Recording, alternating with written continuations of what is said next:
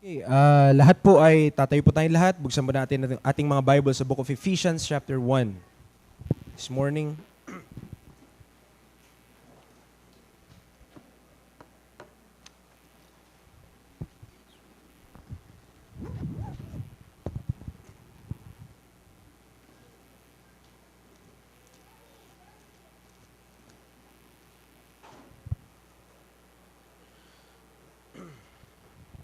All right, let's read from verses 8 to 10. Verses 8 to 10 this morning. Ephesians chapter 1 verses 8 to 10.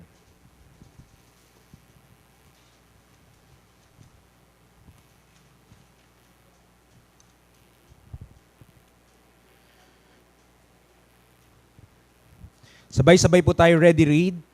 Wherein he hath abounded toward us in all wisdom and prudence, having made known unto us the mystery of his will, according to his good pleasure, which he hath purposed in himself, that in the dispensation of the fullness of times he might gather together in one all things in Christ, both which are in heaven and which are on earth, even in him. Tayo po ay sumaglit sa panalangin naman namin, Diyos, salamat sa pagkakataon po na ito, sa buong linggo niyo pong pinagkalob sa bawat isa.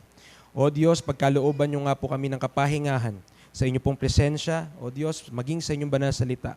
Maging parang sa ilog na tubig na kung saan ay makakatamo kami ng refreshment, O God, with your word.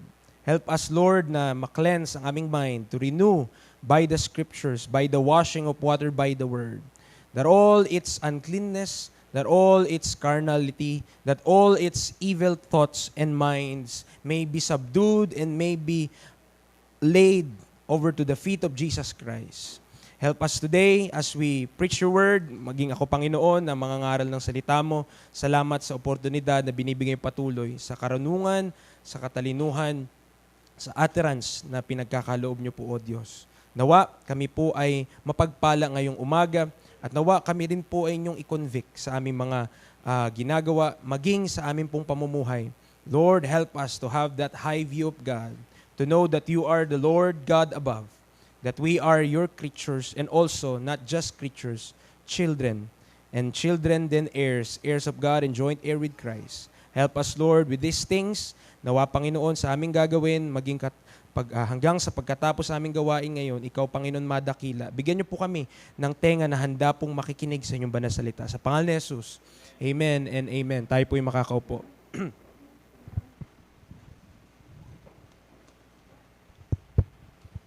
Lesson number 8.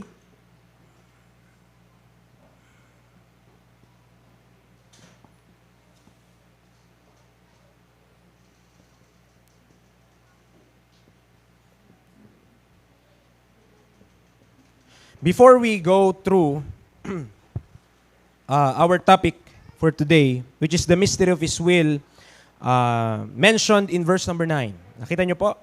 Sabi niya, having made known unto us the mystery of His will.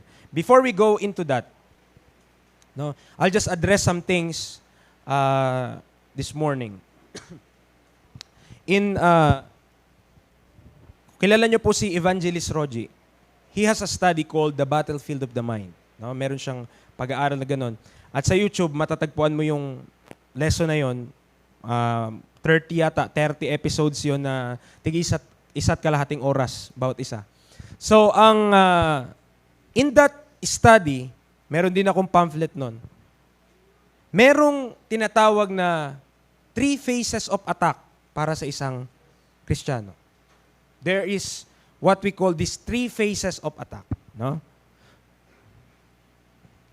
3 phases. Dito ko na lang lalagay para.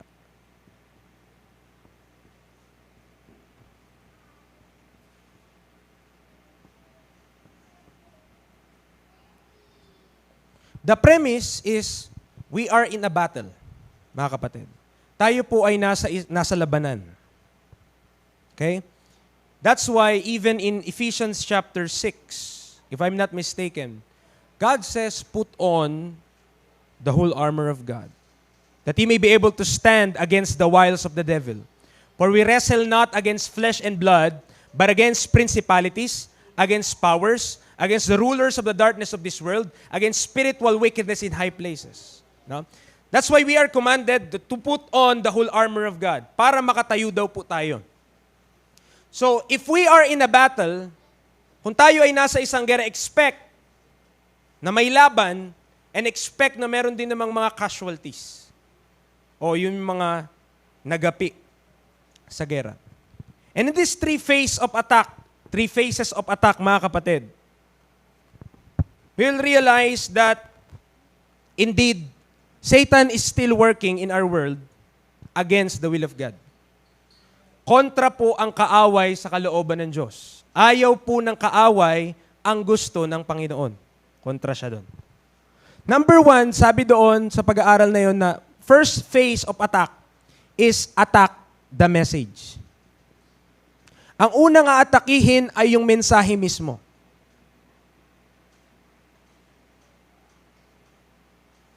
Okay? The message itself will be attacked. And the battle cry is deception, to deceive. Alam niyo po, mga kapatid, sa first phase of attack pa lang napakarami ng mga Kristiyano ang natalo. Bakit? Hindi sila, ang sabi sa Bible in one part doon sa sulat ni Paul, ever learning and never able to come to the knowledge of the truth. Somebody could be learning the Bible, could be having full knowledge of the Scripture, napakarami niyang alam sa salita ng Diyos, kagaya ni Soriano. Amen? Pwede tayo napakaraming alam sa salita ng Diyos and never able to come to the knowledge of the truth. Learning in itself is not growth.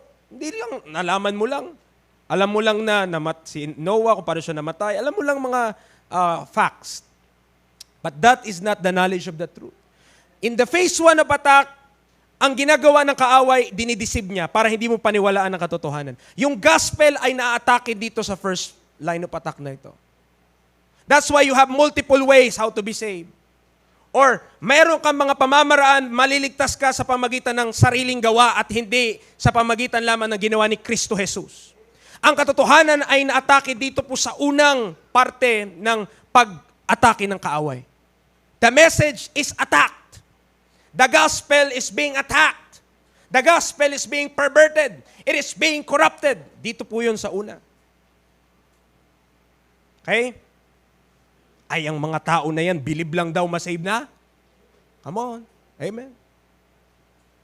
The truth is being attacked. Yun yung phase 1. Okay? So kung doon pa lang, marinig ng tao yun, aba, yung mga tao pala doon, naniniwala sila, believe lang masasave na. Hindi dapat pati iyak ka pa. Hindi dapat ganito ganyan. No? So kung doon pa lang sa unang tirada ng kaaway, ay ang gagawin na ng tao ay hindi na siya makikinig, hindi niya napapakinggan, nagtagumpay na si Satan. Hindi niya na kailangang diretso yung atake. Okay? Nakuha po? Pangalawa is attack the messenger.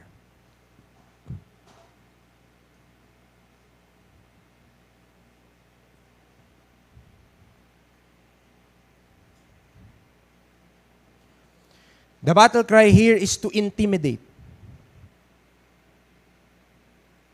Dito nyo po mapapakinggan ang sasabihin ng ibang tao na, yung mga yan, kulto yan.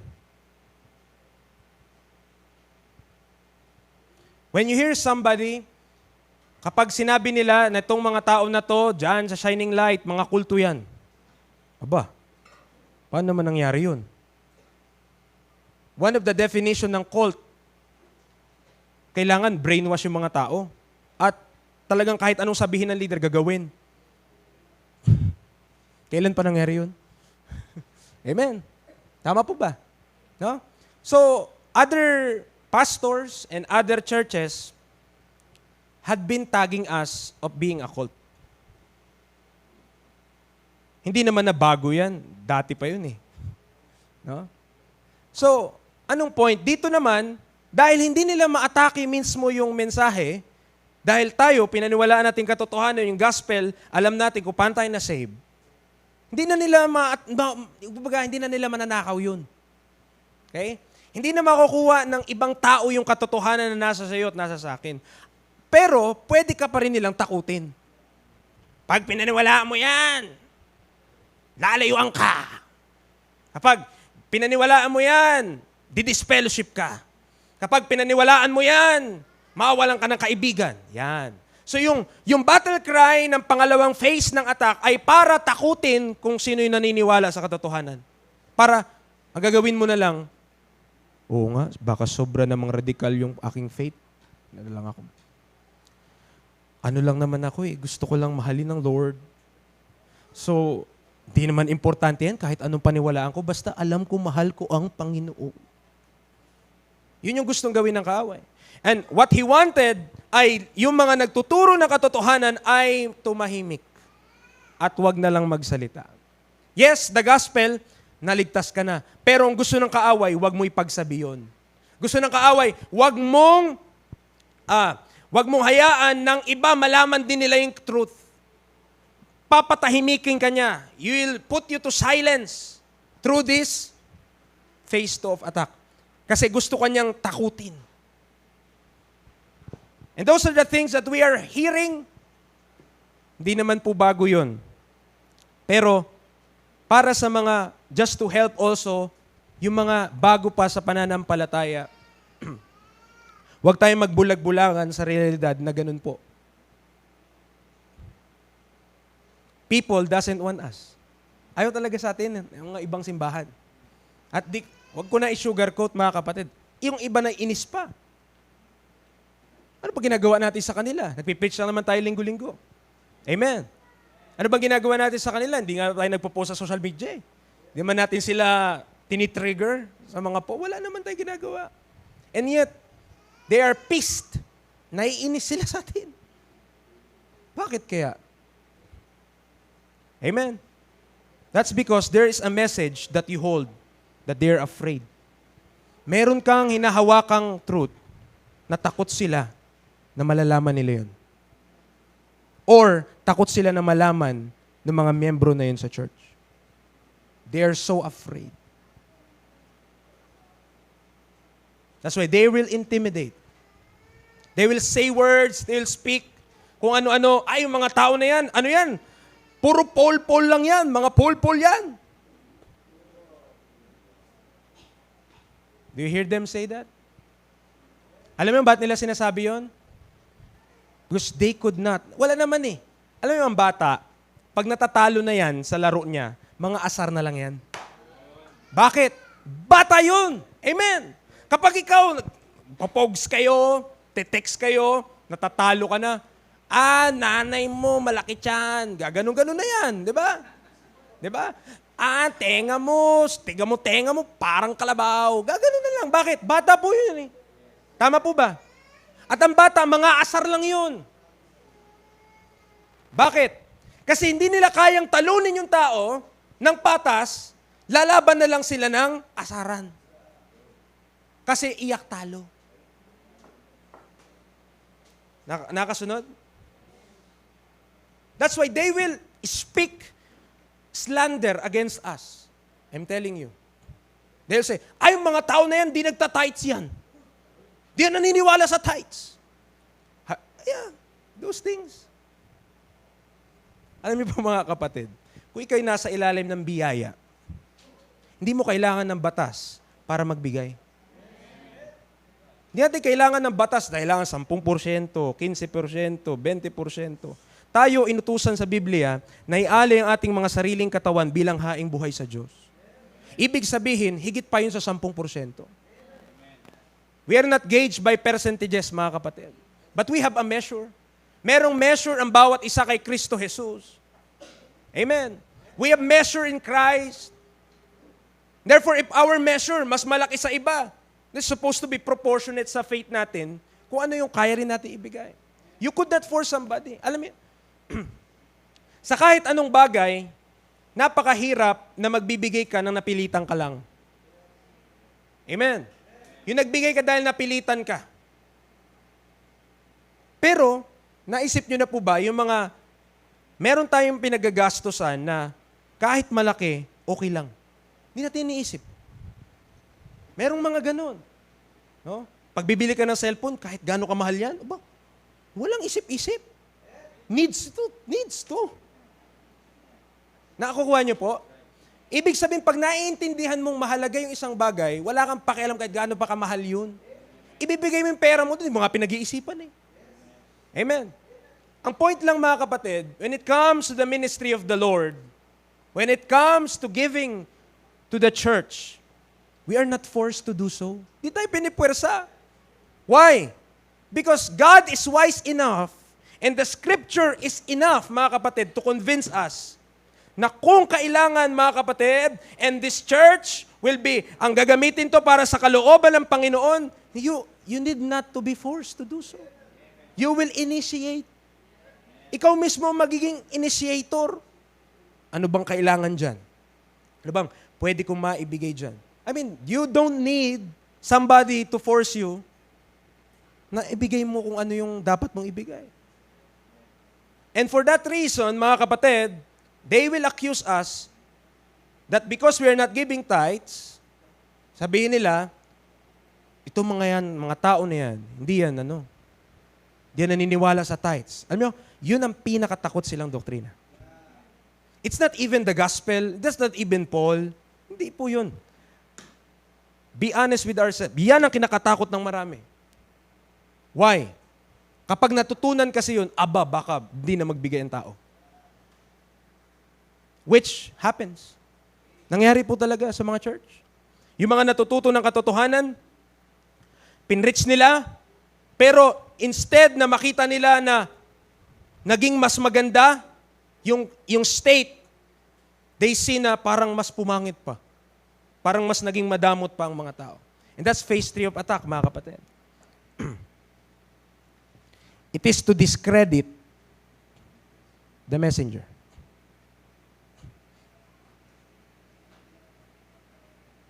Which is the battle cry here is to discourage.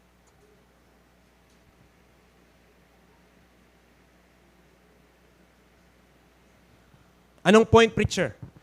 Kung yung mensahe na nasa sa atin, hindi nila maatake. And we will not, hindi natin pagpapalit yung katotohanan na yun. At pangalawa, kahit atakihin nila tayo, pagsabihan nila kung ano-anong salita. Para sa atin, nginingitian lang natin yun. Ang attack ni Satan, or the phase 3 attack, is the most powerful of the three. Bakit?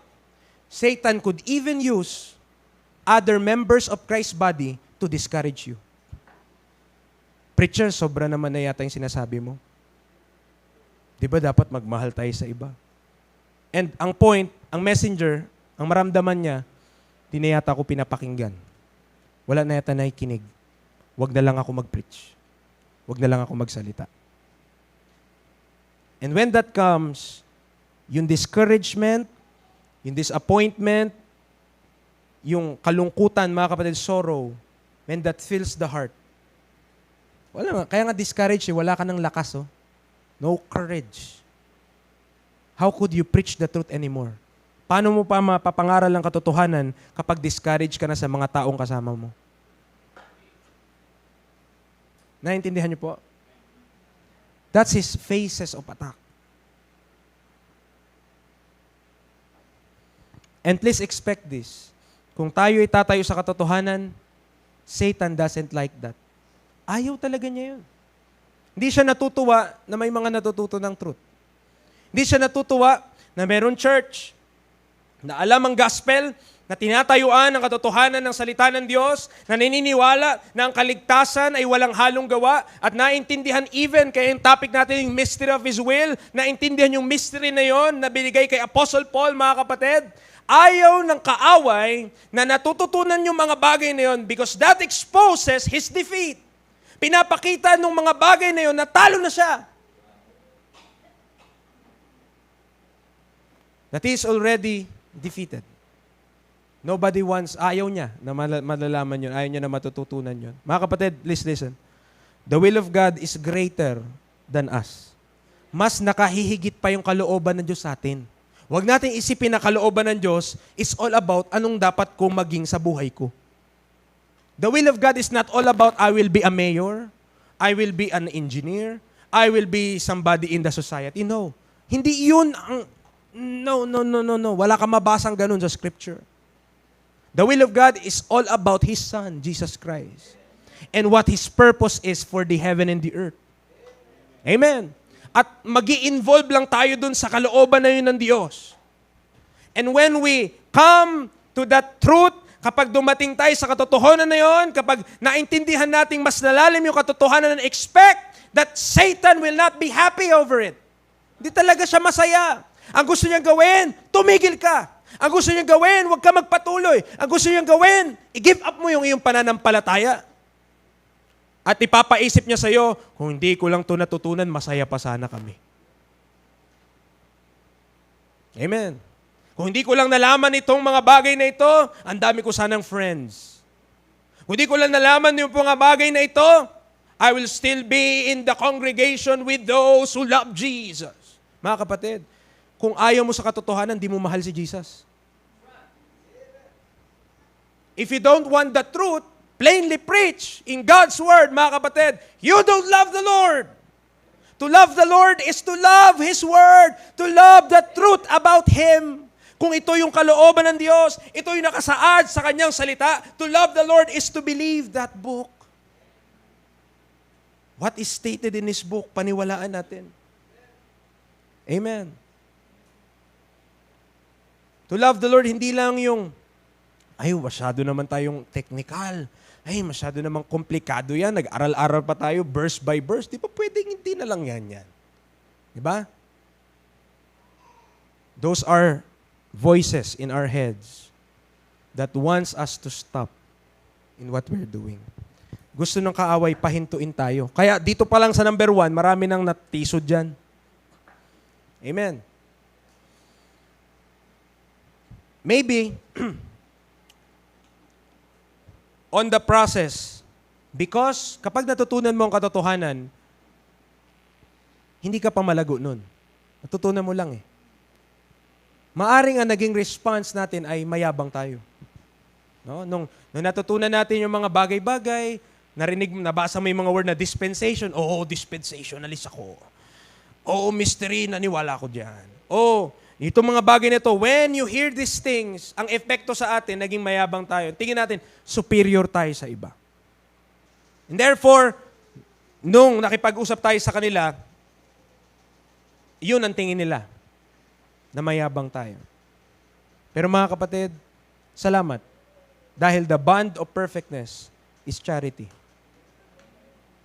And when charity is shown sa buhay natin, that means we are growing in the Lord. Praise God, hindi tayo nanatili that we are heady and high-minded. But there's this scripture na pinakita sa atin what is our need and who we are at ano ang kalalagayan natin in Christ. Amen. I just told you this kasi our topic is about mystery of His will. And that word, yung salita na yon, yung word na mystery, mga kapatid, minamak yan ng ibang mga tao. They are mocking those terms. Ba, nasa Bible yun. Bakit mo imak yun? Amen. Kung hindi mo naintindihan ng isang bagay, huwag mo sabihin, hindi na yun maintindihan ng iba. Ikaw lang din nakaintindi, dinamay mo pa kami. Amen. Nakuha po natin. We need the illumination of God. We need God na siya mag-reveal sa atin ng kanyang truth so that we might understand. One more truth on this, mga kapatid. It is better to limit yung mga tao na nakapaligid sa'yo and you could preach the whole counsel of God rather than malimitahan naman yung whole counsel of God dahil sa mga taong nakapaligid sa'yo. If the Word of God will not be preached because of who I am with, then that person is not supposed to be with me or I'm not supposed to be with that person. Kung mapipigilan tayo ng mga taong nakapaligid sa atin to preach the truth at hindi natin matuturo ang katotohanan dahil doon, amen, God says, mark and avoid. Mark that man and avoid that man. Huwag mong samahan. Amen. That's a biblical doctrine. That's in the Word of God. You could search it. if you want. Kung gusto natin i-search, there are people that are preaching God's Word na hindi dapat natin sasamahan. That's from the Word of God. Amen. Diyan pa po ba kayo? No? These phases of attacks have caused many to stop in the race at hindi na magpatuloy. No? Napakarami. Natutunan ng truth about the gospel, about the mystery, then suddenly, nagkaroon ng problema. Nagkaroon ng crisis. And because of that crisis, they think, kung magpapatuloy kami dito, maraming mawawala sa amin. They counted the cost. And they did not continue in the truth. Di sila nagpatuloy sa katotohanan. Alam niyo po, pag binasa natin, tignan niyo, Philippians 3. Before we continue, Philippians chapter 3.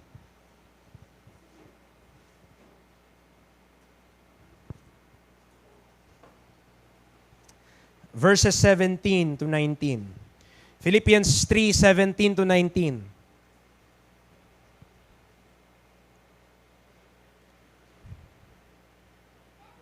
Ang sabi dito ng salita ng Diyos, Brethren, be followers together of me.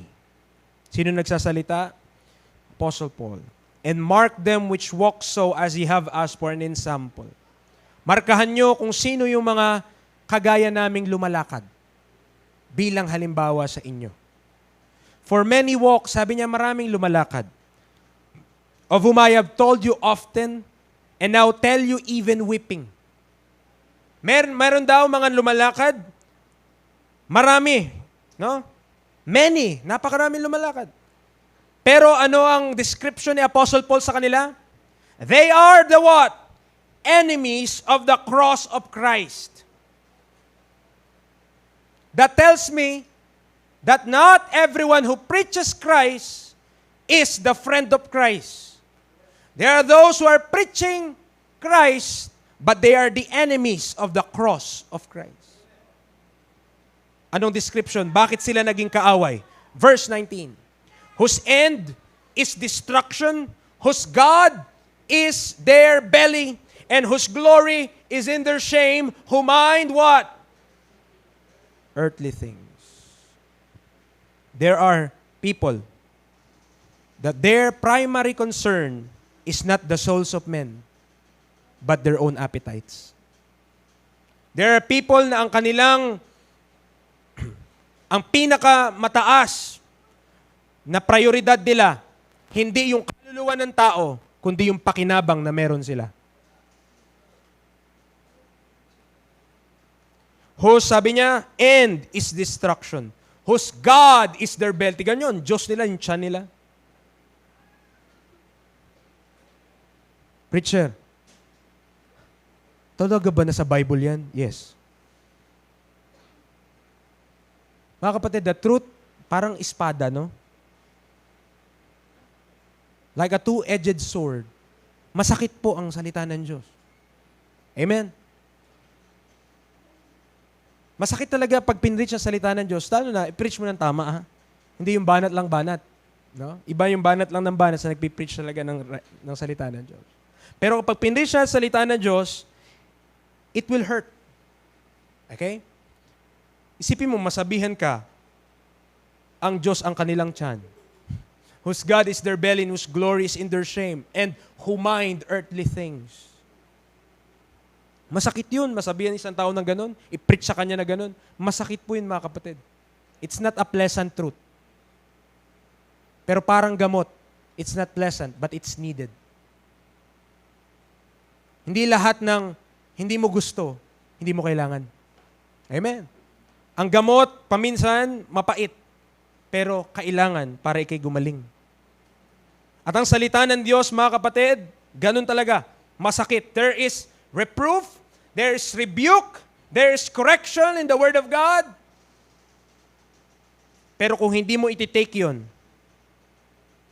Kaya hindi mo i-take yung reproof, rebuke, correction sa salita ng Diyos and instruction in righteousness. You will not take those things in the Word of God. At kukunin mo lang yung mga matatamis, like an honeycomb. And you will not get the fire, you will not get the sword, you will not get those things that hurt. You're not getting the whole picture ng salita ng Diyos. God's word's not intended to hurt someone. Hindi naman ito naka-design to hurt eh. But it's designed to show you that you're wrong. So kapag nakita mo na ikaw ay mali, itama mo. At mamuhay para sa Panginoon. Amen. So, mga kapatid, it's just for encouragement. It's not new that other even consider themselves man of God will say ng ministry natin sa jablo ito. Hindi yan sila nagdo-double thought. Hindi sila nagdo-double-minded doon. Talagang pinaniwalaan nila yon. Believers talaga sila na sa jablo tayo. Imagine that. Even men of God will think about that sa atin. Nakakuha niyo po? Preacher, ba't di ka malungkot tungkol doon? Even Jesus Christ was called the devil. Even Jesus Christ, hindi nga siya tinanggap even of His own. His own receiveth Him not. What's the point? Those that are serving the Lord Christ rightly will not be accepted by the majority. Hindi talaga matatanggap. Si Kristo nga hindi tinanggap ng karamihan eh. Anong isipin mo na gusto ka ng lahat? No. Kung merong sweetest man that ever lived, that's the sweetest Jesus Christ. Amen. If there's this meekest man ever lived, that is the Lord Christ. If there's this gracious man that ever lived in the face of the earth, that is my Savior. But even that sweet, that even that gentle, but even that gracious Lord Jesus was not exempted from the cruelty of men. Hindi siya exempted doon dahil lang sobra niyang sweet, dahil sobra niyang gentle, dahil sobra niyang gracious. He was rejected of all men. But He took up His cross and became obedient unto death, even the death of the cross. Bakit? Para sa iyo at para sa akin. That's my Savior. Amen. Hindi siya gustuhan ng lahat. And please expect that if you will live for Christ, hindi ka rin magugustuhan ng lahat. Pero hindi nangangahulugan yon na pangit ang ugali mo. Amen. Hindi nangangahulugan yon na garapal tayo. Hindi po. Hindi tayo dapat hipokrito, mga kapatid. Kapag nakita natin sila sa daan, talagang totoo yung pagbati natin sa kanila. Totoo yun. Kamusta na po kayo? Ganun po ba? Nasa mabuting kalagayan. Praise God. Totoo yun. Hindi tayo nagsisinungaling. Kapag sinabi natin na nawa, nasa mabuti silang kalalagayan, bakit? May kaluluwa yung tao na yun. He might not accept the truth now, but he will later. Alam nyo, nung pumunta yung mga apostol sa Samaria, unang beses silang pumunta sa Samaria, mga kapatid, ang sabi nila doon, Panginoon, ayaw nilang tanggapin yung mensahe, pakiulanan mo na lang kidlat. Patayin mo na lang sila. Dahil una, nung pagpunta nila, ayaw tanggapin si Kristo. Ayaw tanggapin yung truth. Pero later on, with a man named Philip, sa Book of Acts, pumunta ulit siya sa Samaria, and they received the word. Ano ibig sabihin, mga kapatid? Huwag ka magsunog ng tulay. Okay? May pagkakataon na ayaw nilang tanggapin ang katotohanan, pero be gracious still. You don't want what we're saying? You don't want our church? Hindi kami iiyak. Pero ipagpipray ka namin. Amen. Ayaw nila yung sinasabi natin, ayaw nila yung pinipreach natin. Ayaw nila sa pamamaraan kung paano tayo nagtuturo ng gospel, mga kapatid. So be it! Huwag dapat tayong parang magiging mga bata na iiyak sa sulok dahil ayaw nila sa akin, ayaw nila sa akin, ayaw nila sa akin.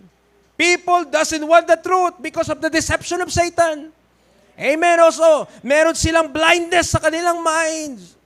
And what they need is the light of the glorious gospel of Christ. And also that men who believe that gospel will shine as lights to them.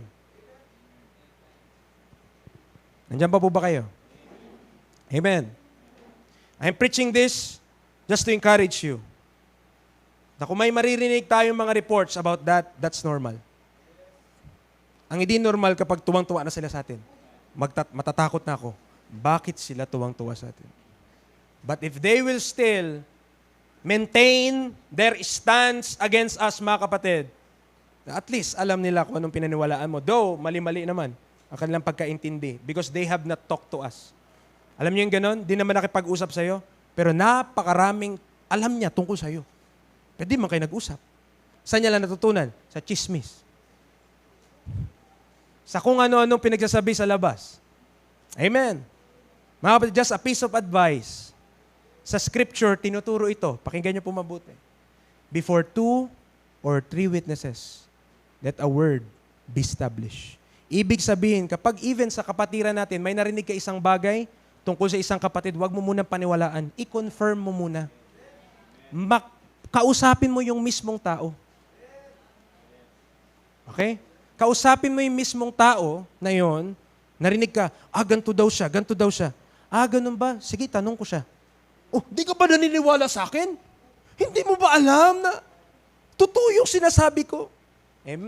That could be your perception about things.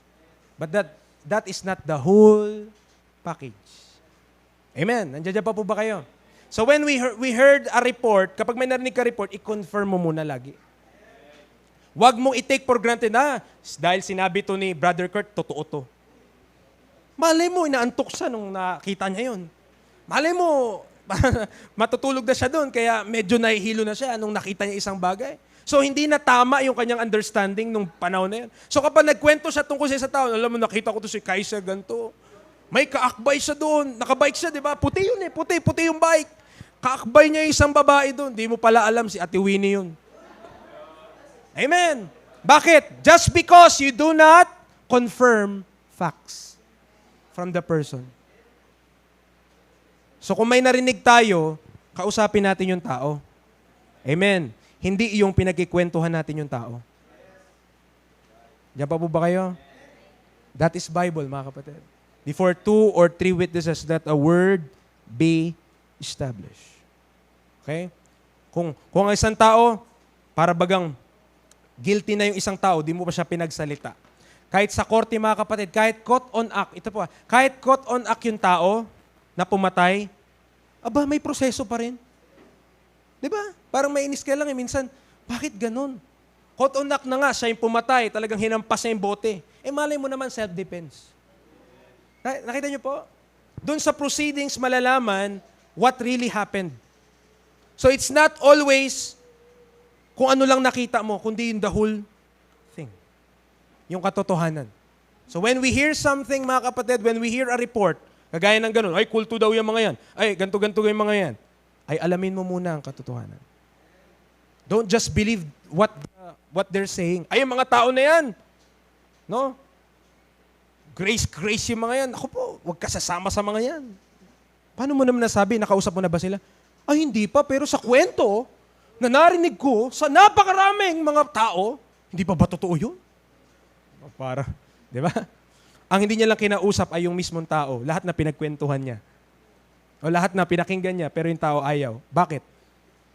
Takot sa confrontation. Amen. As men of truth, mga kapatid, we should not be afraid of confrontations. We should not be afraid to face the truth.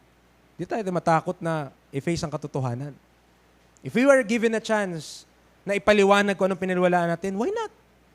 Amen. Tayo dun. Pero dapat makita yung grace sa atin. That we are gracious in our beliefs. Amen. Nandiyan pa po ba kayo? Sige po, dami ko nang sinabi. Punta na tayo sa text.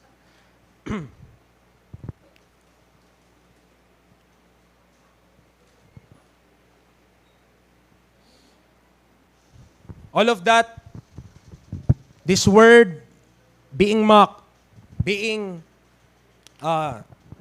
takot sila sa salita din na yan. Or even they don't understand it. Di nila naintindihan. In verse number 8, tignan niyo po mabuti. Wherein he hath abounded toward us in all wisdom and prudence. Sa verse 7, katatapos lang natin i-discuss, tama? Merong tinatawag na riches of His grace.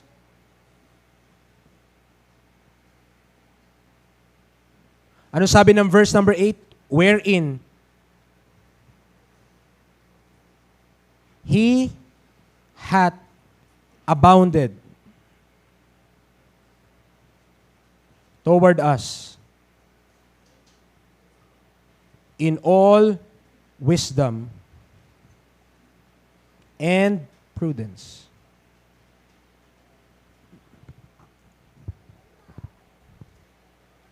Proverbs 4 verse 7. Proverbs 4 verse 7.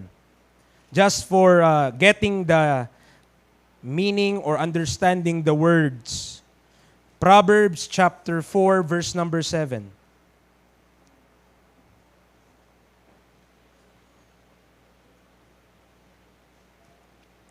Mga kapatid, anong sabi ng Bible? Ito po. Diyan na kayo? Wisdom is the principal thing. Therefore, get wisdom. And with all thy getting, get understanding. The Bible says na ang principal thing, okay, is wisdom. At kapag ang isang, even young people, merong wisdom, yung bata na yon, no, malayo mararating niya, at the same time, parang ahead siya sa age niya. Even though, remember, Jesus Christ, 12 years old siya nung nasa temple. Naalala niyo po? Jesus Christ was 12 years old when He was discussing with the doctors and lawyers. Sipin mo, 12 years old, nakikipagkwentuhan doon sa mga doctors and lawyers. Tapos, na-amaze sila. Why? Because He has such wisdom that He could communicate with people ahead of His age. There should be no question na ang wisdom, mga kapatid, we should get wisdom. And we should be wise. That's the point even of Proverbs. Gusto niya na yung reader magkaroon ng wisdom that this man or this woman will be wise in their decisions. And without wisdom, mga kapatid, maliligaw tayo sa buhay na ito. We don't know which way to turn or which way to go. We need wisdom in this life. Even in decisions in this life, kailangan natin ng wisdom. Amen. At walang kukontra doon. Talaga namang kailangan ng wisdom. Proverbs 16 verse 21. Proverbs 16 verse 21.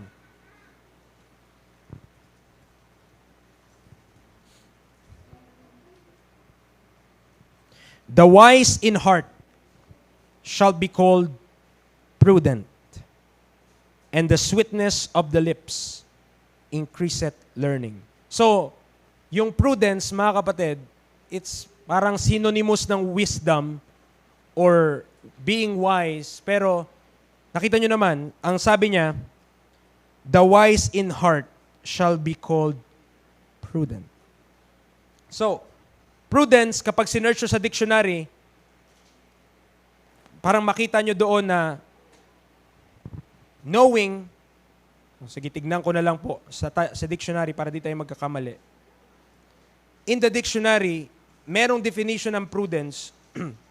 Hindi ako dun sa Merriam-Webster. Hindi ako sa lumang dictionary. Sa Noah Webster. Okay. Ang sabi niya, prudence, wisdom applied to practice. Okay? Sabi niya, prudence implies caution in deliberating and consulting on the most suitable means to accomplish valuable purposes. So, ibig sabihin, to be prudent, mga kapatid, is knowing the best way or knowing the best course of action or, according to the book of Philippians, approving the things that are excellent. Ibig sabihin, alam mo kung anong pinaka dapat gawin. You know what is the best thing or kung ano yung dapat i-approve. Approving things that are most excellent. Anong kinalaman nito, preacher, sa ating pag-aaral? Mga kapatid, ang Diyos, during our time, according to the riches of His grace, nag-abound na towards sa atin in all wisdom and prudence. Ibig sabihin, gusto ng Diyos na bawat isang anak niya ngayon is filled with wisdom. Ay marunong, may karunungan na nagagaling sa Kanya tungkol sa Kanyang kalooban. Okay? Gusto ng Diyos na alam natin yung ating mga ginagawa para hindi tayo parang sumusuntok lang sa hangin. Have you pondered about your Christian life? Is it just punching through the air? Para sumusuntok ka lang sa hangin? Walang tinatamaan?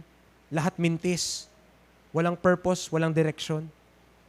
Ayaw ng Diyos na ganun, mga kapatid. Gusto niya sa atin, nag-a-abound in all wisdom and prudence. Balik tayo sa ating text in Ephesians 1. Ang sabi dito sa verse number 9, having made known, this is part of the abounding of wisdom and prudence. Yung mystery of His will is part of that abounding in wisdom and prudence. Ipinaalam sa atin, sabi niya in verse number 9, the mystery of His will.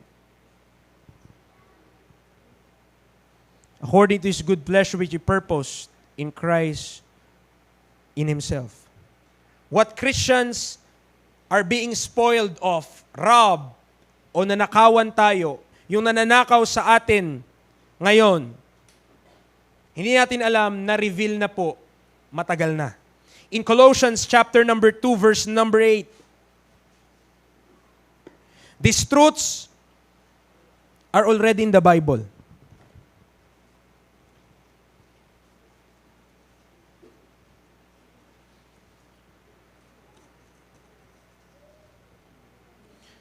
I'll just give you an example before I read Colossians 2:8. Bago ka ba ma-save, alam mo na si Moses ang naghati ng Red Sea? Maybe dahil sa mga palabas. Tama? Pero kilala mo ba si Gideon? Na siya yung ginamit kasama yung 300 men para pabagsakin yung wall. Or yung kalaban pala nila, magapi nila, gamit yung mga lampara at mga trompeta. Alam mo ba yun? Di ba hindi? Maring yes, maring no. Pero sa kanila na hindi alam yon, mga kapatid, ito po, dahil ba nalaman mo lang yon or natutunan mo yon, ngayon, halimbawa, ngayon mo lang natutunan, ibig sabihin bago yon? O hindi? Nalagay na yun sa Bible, tama? It is just for us to discover those things. Ibig sabihin, hindi porket ngayon mo lang nalaman, bago yun. Hindi porket bago, kulto. Hindi porket bago sa pandinig mo, uy, bago yan ngayon ko lang napakinggan yan Bago mo lang napakinggan kasi wala pa nag-preach dati Baka di nila alam din. Pares kayo. Kaya, ngayon mo lang napakinggan. Hindi porket ngayon mo lang napakinggan ng isang bagay, ibig sabihin nun, sasabihin mo na agad, mali yun. Ay, hindi po mga kapatid. Nung grade 1, wala namang tinuturong calculus Pero may tinuturong 1, 2, 3, 4. Pagdating mo nun sa high school, pre-calculus, o pagdating ng college, may calculus, sobrang palang komplikado ang numbers. Kala ko 1, 2, 3, 4, 0 lang. Nakuha niyo po? Ang point lang natin, hindi porket ngayon mo lang natututunan, ibig sabihin mali. Kundi on the contrary, kung ngayon mo natututunan, i-check mo nasa Bible ba? Kung nasa Bible, then di ko yun alam dati. Kaya may growth. Ngayon ito pala natututunan ko. Salamat sa Panginoon. Amen. Hindi porket nakita, ano ba yan? Di ko pa yan narinig, di ko pa yan ano. Ibig sabihin mo, narinig mo na lahat? Ibig sabihin mo, alam mo na lahat ng bagay at nire-recall mo na lang? Oh, thank you, Lord Jesus, you come to the flesh. Nakuha niyo po? Ibig sabihin, kung merong mga bagay tayo naririnig pa na bago sa ating pandinig, salamat sa Panginoon. Nasa salita niya yun, hindi mo lang alam dati. Pero hindi nangangahulugan na hindi mo alam dati, mali na. Kundi, na-discover natin salita ng Diyos, binasa natin, nandyan ba? Wala. Kung wala dyan, sabihin natin sa kulto yun. Pero kung nandyan dyan, di mo lang naintindihan, Lord, give me understanding. That's the right approach when it comes to Bible study. Now, in Colossians 2:8, ito ang sabi niya, beware lest any man spoil you through philosophy and vain deceit. Mag-ingat kayo. Baka, alam niyo po yung word na spoil? Ang alam natin ngayon, ang definition sa atin in our thoughts today is about a spoiled child. Tama? Sabihin, ibigay mo lahat ng gusto na bibigay. Okay. Hindi yun yung tinutukoy ng talata. Another term or another definition for spoiling ay sa gera. Kapag natalo yung isang koponan o natalo yung isang bansa, ang gagawin ng bansa na nakatalo sa kanila, kukunin lahat ng meron sila, kayamanan, hayop, lahat. And that is called spoils of war. At sabi ni Paul sa verse number 8, mag-ingat kayo lest any man spoil you. Ano yung pinag-aaralan natin sa book of Ephesians? Spiritual blessings in heavenly places in Christ. Lahat ba tayo meron nun? Lahat ng saved meron nun. Sabi ni Paul, wag mong hayaan na sino man nakawan ka. Or i-spoil ka. Ano yon? Sabi niya, sa anong pamamaraan ka i-spoil? Through philosophy and vain deceit. After the tradition of men, after the rudiments of the world, and not after Christ. I hope in every end of our studies, every week when you come to this church, bawat linggo na tayo nakikinig ng salita ng Diyos, nawa, ang maalala nyo ay hindi yung preacher, but the word that is preached about Christ. Nawa, ang naalala natin si Kristo Jesus na siya ang kung saan nagbigay ng pagpapala sa lahat sa atin ng mga ligtas. Nawa, yun yung maalala natin. Because when it comes, kapag naalala nyo na lang tradition of men, we failed, mga kapatid. Because those things, parang chichirya yun. Makakain ka pero walang sustansya. And what we need to survive in this world and to grow is the Word of God that is fed to us that is nutritious. Amen. Nutritious. Ayaw pa naman natin yung nutritious. Pero kailangan natin yung nutritious. Gulay. Amen. Gulay. Gulay. Diba? Prutas. Prutas. We need those things. Sabi ni Paul, lest any man spoil you, and that is not the will of God. Hindi kalooban ng Diyos na tayo po ay manakawan. Hindi kalooban ng Diyos na tayo po ay mapagkaitan ng truth. Gusto niya, bawat isa sa atin, we know the truth because the truth hindi set you free, make you free. The truth will make you free. Amen. Habang tayo ay nakikipag-away dito sa baba, nagyayabangan sa ating own vain glories, provoking one another and envying one another, hindi natin nare-reach yung perfection na Colossians 1:28, yun yung sinasabi niya. Ano doon? Akyat ka. Colossians 1:28, anong sabi? Whom we preach, warning every man and teaching every man in all wisdom, that we may present every man perfect in Christ Jesus. And let me tell you, mga kapatid, that's the will of God. Okay? Kaya meron tayong theme na growing up into Christ in all things. Because ang gusto ng Panginoon, bawat isa sa atin, that we will be perfect in Christ Jesus. Presented unto Christ Jesus as perfect. Kaya po si Apostle Paul sa verse 29, nagsusumikap siya. He labors, is striving according to his working, which worketh in him mightily. Perfection is not granted to babes. In 1 Corinthians chapter 3 verse 1, we have the description na sabi ni Apostle Paul sa mga taga-Korinto in 1 Corinthians 3 verse 1, alam nyo mga kapatid, hindi ko kayo makausap bilang espiritual, kundi bilang mga karnal, bilang mga sanggol kay Kristo. Ilang beses yun na pong narinig mga kapatid, pero I want to preach it again. Cute ang bata, 1-year-old. Cute ang bata, 2 years old. Cute ang bata hanggang 4 years old.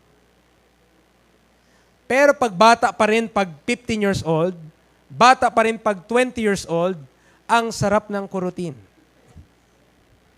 Amen. Why? That's just a natural process. It's just natural to expect from a child na hindi siya forever a child. It is just natural to expect that a baby will be a boy or will be a man or be a woman one day. Bakit? That's nature. At anong tawag kapag hindi nag-progress from babyhood to manhood? Abnormality. Okay? It's not normal for a baby not to grow. It's not normal for that babe to remain a babe all his or her life. Hindi yun normal. Matakot ka kapag nangyari yun. But if we see that through the natural world, nililigan natin ang mga bata, lumalaki sila, sabihin natin, ang bilis ng panahon, lumalaki sila. What more should we think about our spiritual growth in Christ? Is it still growing? O naging Japanese, ano tawag doon? Bonsai tayo. Ang ganda. Pero hindi nagbubunga yun. Bansot eh. Diba? Tapos tinitriman. Ang ganda. No? Pero, hindi magbubunga eh. Or kung magbunga man, hindi yung full scale na yun talaga yung puno na yun. Dahil, dinesign daw na para maliit lang. Okay? Bilang mga Kristiyano, mga kapatid, God wants us to grow. Okay? Pero may mga bagay na naghihinder or hindrance to that growth. Mahindrance para sa paglago. And sad to say, pero always ang hindrance, sin. That's always the hindrance to growth. When we're not growing, kapag di na tayo lumalago, there is sin in our lives. There is sin in my thoughts. There is sin in my actions. There is sin in me. At yun yung pumipigil para ako ay magpatuloy at lumago sa Panginoon. That is the stronghold in our lives. Meron tayong mga pinangahawakan, talagang ayaw nating i-give up, ayaw nating i-surrender, ayaw nating ibigay sa Panginoon. Lord, take all but not that. Amen. Pero sa Panginoon pa naman, it's like a paradox. Kung ano yung pinaka-pinapahalagahan mo, yun yung gusto niyang kunin sa'yo.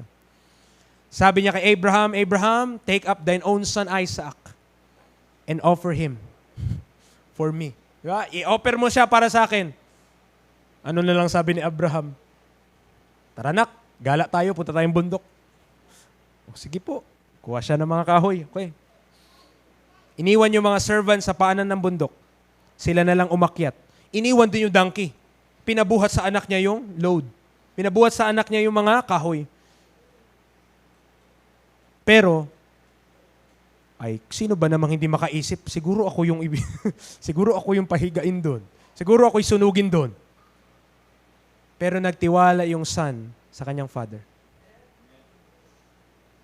Determined na yung father eh. Determined na sa Abraham. Yun na nga yung kutsilyo. Yan na, pababa na eh. Hops! May tinig mula sa langit. Alam na ng Panginoon na mahal talaga niya ang Panginoon. Amen! At yun nangyari yun, meron palang ram. Meron pala dong tupa talaga. At yun yung inoffer nila sa Panginoon. And that is a picture, the greatest picture of that, mga kapatid, and a shadow is about our Lord Jesus Christ. But unlike Abraham, si Abraham napigilan eh. But the Father above, hindi siya napigilan. He offered His Son for a sacrifice for sin. Inoffer niya si Kristo, namatay si Kristo para sa atin. Amen. And He died for us so that we might not henceforth live unto ourselves, but unto Him who rose from the dead. Hindi na tayo mabuhay para sa ating mga sarili, kundi para sa Kanya na nabuhay mula sa mga patay. Let me remind you, brethren, our lives is not ours. Our lives is Christ. Ang buhay natin ay kay Kristo at hindi sa ating mga sarili. Amen. There are seasons of valleys in our lives. There are seasons of disappointments. There are seasons of frustrations. There are seasons of discouragement. Minsan, ayaw mo na lang magpakita sa tao. Minsan, ayaw mo na lang mga usap ng iba. But praise be to God, is still the Word of God doesn't change. God will never leave thee, nor forsake thee. There's just sin in our lives. Amen. Di mo man tayo iwanan ng Diyos eh. In actuality, tayo ang nang-iwan sa Diyos. We left God. Because God, bakit naman tayo iwan ng Diyos? For I am persuaded that neither death, nor life, nor angels, nor principalities, nor things present, nor things to come, nor height, nor depth, nor any other creature shall be able to separate us from the love of Christ, love of God, which is in Christ Jesus our Lord. Ang point, mga kapatid, save na tayo.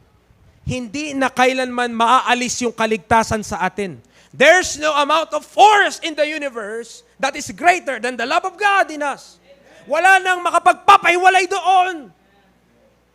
Bakit, preacher, di ko nararamdaman? Dahil sa pakiramdam mo yun. Amen. The Word of God states that God's love will never leave us. Hindi tayo iwanan nun. Bakit pakiramdam ko, preacher, iniwanan na ako ng lahat? Dahil sa pakiramdam mo yun. Dahil sa kasalanan sa ating buhay. Amen. Because there is sin that needs to be addressed. And that sin needs to be offered to Christ. Lord, kunin niyo po. Amen. Kunin niyo na po, Lord. Like Isaac, offer it to God. Our bodies as living sacrifice. Psalm 19 verse 7. Psalm 19 verse 7. Are still there? Amen. Salamat. Kung gaano tayo ka-interesado kuminsan kumain sa mga buffet, mga kapatid, let us not be weary in hearing God's word. We need it. We badly need it. Psalm chapter 19 verse 7, the Bible says, the law of the Lord is perfect, converting the soul. The testimony of the Lord is sure, making wise the simple. Kung dun pa nga lang sa lumang tipan, kaya nang gawin ng Diyos na wise yung simple. How about His manifold wisdom bestowed to us today? Kung dun pa lang sa lumang tipan, meron ng mga marurunong na tao, paano pa tayo na kung saan lahat na ng wisdom binuho sa atin? The manifold wisdom of God is already given to His church. It is up to us to learn it, to discern those things. When I was a child, sabi ng 1 Corinthians 13, ang pakialam ko lang ay sarili ko. Ang interesado lang ako ay yung mga sa interest ko. Pakiramdam ko, gusto ko, and neglecting God's word and His will.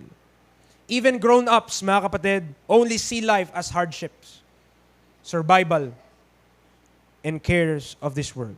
Ano ibig sabihin ko dito? Kapag bata pa tayo, o tayong mga bata pa, kahit ngayon, mga bata pa rin, ang karakteristik ng bata, di naman siya nag-iisip para sa iba eh. No? May mga bata na responsable, praise God. Amen. Pag merong pera, namimigay ng ice cream, praise the Lord. Amen. No? Pero may mga iba, sinosolo lang yun. Pupunta sa tindahan, di sasabihin, meron ba nakasunod sa akin? Teka, punta ako doon. Okay. Pinipig po. No? Sosolohin niya lang. Natural yun, bata eh. Tama po. Pero sa mga adult po, mga kapatid, when we became adults, minsan ang nakikita lang natin sa buhay, mahirap, survival, at mga alalahanin sa sanlibutan. Tama po ba? Yun yung mga nakikita natin lagi, ang hirap, problema sa bahay, problema sa sarili ko, yung mukha ko, problema ko, mga alalahanin, mga bilihin, mga bills, wala na ba itong katapusan? Lord, take my life. However, mga kapatid, God's will is way more beyond our physical needs. Ang kalooban ng Diyos mas nakahihigit pa sa mga physical nating pangailangan. Or, it is beyond our physical needs. It is beyond the realm of the temporal. It is spiritual and is spiritually discerned.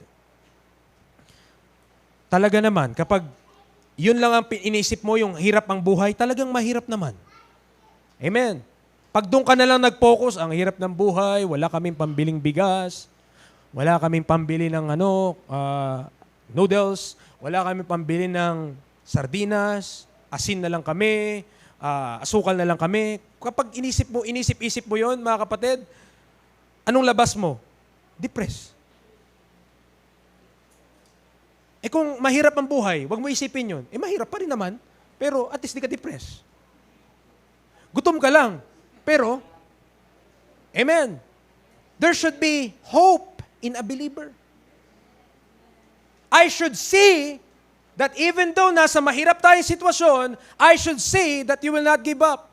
I should see that you will stand your ground and say, Lord, kahit nga ikaw na pinakamayaman, naging mahirap nung bumaba ka dito. Quits lang tayo, Lord. Amen.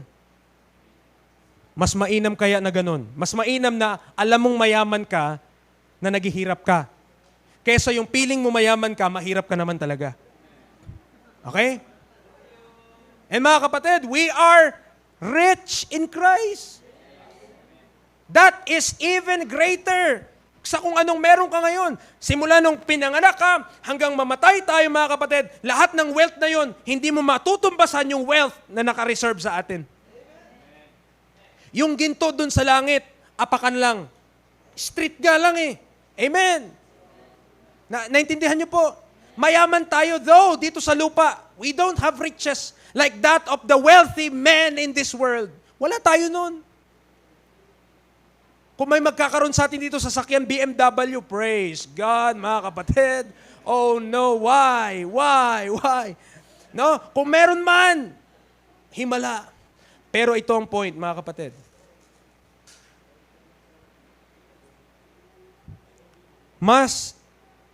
Man, sabi niya, shall not live by bread alone, but by every word that proceedeth out of the mouth of God.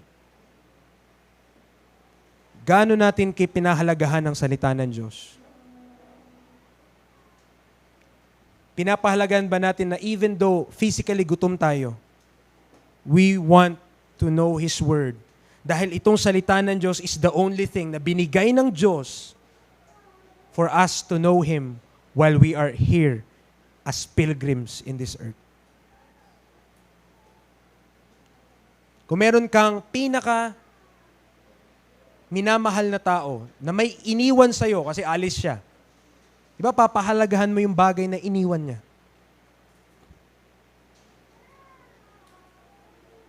Why? Because that pinapaalala nung bagay na yun, yung tao na yun sa'yo. And mga kapatid, I have not seen God face to face yet. Have you? Hindi ko pa nakita ang Diyos ng mukhaan. Ikaw, nakita mo na. Wala pa, di ba? But He is dear to me. And I know He is dear unto you. At ang love letter ng Diyos, yung Biblia sa atin. Binigay niya ito. Amen. Tama po na mag-pray tayo. Amen. Tama yung mag-pray tayo. Tama yun. We are not against prayer. We are for prayer. Pray night and day and pray without ceasing. That's in the Bible. Amen. Pero kung minsan, pray ka ng pray, ayaw mong pakinggan ng Diyos. Pagsalitain mo naman siya, please lang, sa salita niya. Amen. If you want answers, pray ka, Lord, give me answers. Sabihin ng Diyos, okay, ready na ako ibigay sa answer. Basahin mo na yung book. Nandyan ang aking salita. Nandyan ang sagot.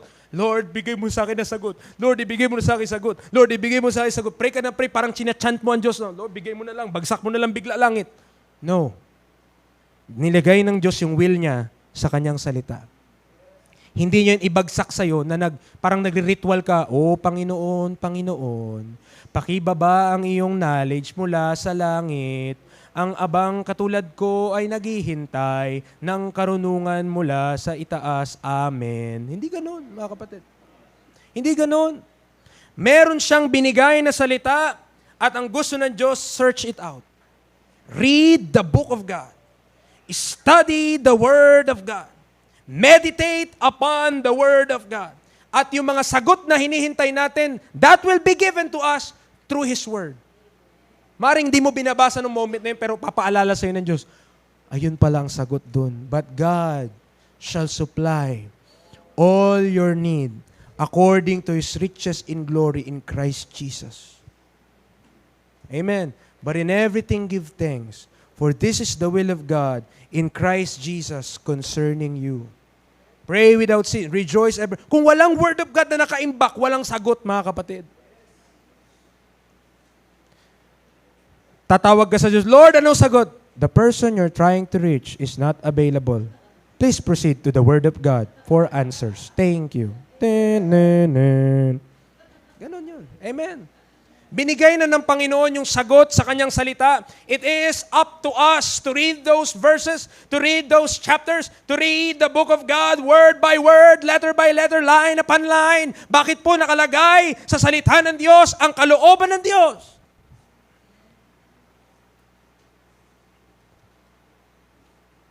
Mga kapatid, life is hard. Pero we are given 24 hours a day. Huwag nating sayangin lahat sa vanity. Amen. Face that book. Maybe kaya tayo lagi irritable kasi di tayo nag-aaral ng Bible. Maybe kaya lagi tayo nagkikriticize ng ibang tao, critical ka sa ibang tao dahil wala ka sa salita ng Diyos. Kaya lagi ka nakipag-away kasi puro isip mo ang laman at hindi isip ng Diyos sa kanyang salita. Kaya lagi tayong may problema sa ating pag-iisip at lagi tayong namumroblema, di ba, sa kung ano-ano mga bagay. Malungkot ka palagi, ganyan. Bakit walang salita ng Diyos? Iutos ba naman ng Diyos na rejoice evermore kung imposible yun? Sabi ng Panginoon, rejoice evermore. Oh, imposible yan. Basta nilagay ko lang. Hindi po mga kapatid. It's possible. But there is no joy kung ang Panginoon hindi joyful sa atin. Sabi pa nga isang talata, the joy of the Lord is my strength. Tama? That's why even David cried aloud na, sabi niya, restore unto me the joy of my salvation. Restore unto me the joy of my salvation. Hindi ko ma-finish yung lesson 8. Pangalawa na naman yan next week. Amen. But okay lang yun. Why? Hindi naman tayo nagmamadali eh. But we must enjoy every bit of God's Word. Dapat nguyain natin. Dapat yung mga pagkain, wag natin minamadali. Alam mo yung mga bata minsan gusto maglaro agad eh. Paglapag ng pagkain. Bye po, tapos na. No? Pangit pa naman pag ganun. Dapat ang pagkain ini-enjoy. Na pag niluto sa bahay, amen. Bawat sabaw, no? Bawat karne, gulay, diyan ka lang. Kanin, ito na. Amen. Kapag hindi natin in-enjoy yung pagkain at minadali natin, baka mamaya sasakit tiyan mo kasi hindi natutunaw. Amen. When it comes to the Word of God, sabi nga ng isang preacher, para mag-grow tayo, 3 things. 3 bagay. Feed, rest, exercise. Lalago ka ba naman hindi ka kumakain? Magmamature ba yung katawan mo pag di ka kakain? Of course, kailangan natin ng pagkain. Amen?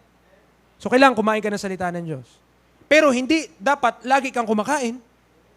At nagpapahinga ka rin. Praise God. Amen? Hindi lagi, kain ka ng alas 8, kain ka ng alas 9, kain ka ng alas 10, kain ka ng alas 11, kain ka ng alas 12. Amen? Kain ka ng alas 2, alas 3, alas 4. Pahinga ka rin. Tama po ba?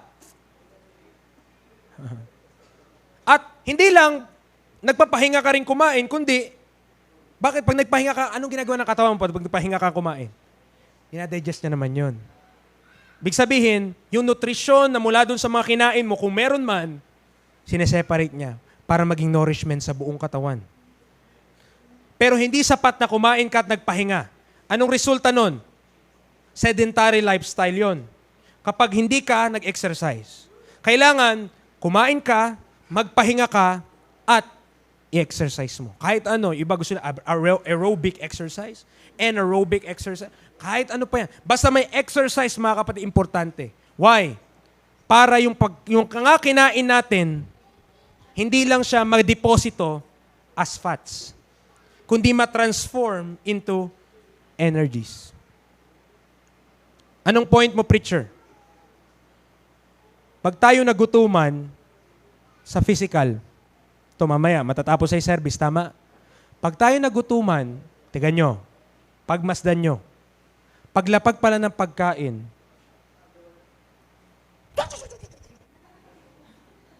nag-iispadahan na yung mga tinidor. Bakit?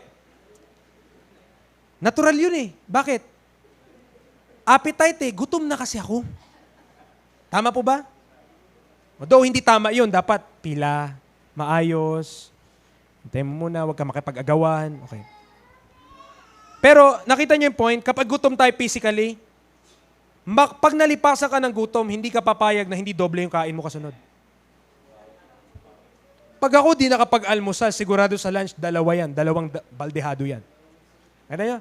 Ibig sabihin, kapag tayo hindi nakakain physically, hinahabol natin agad. Pero isipin natin pag spiritual.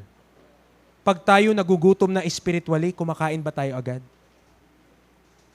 O pinapabayaan natin?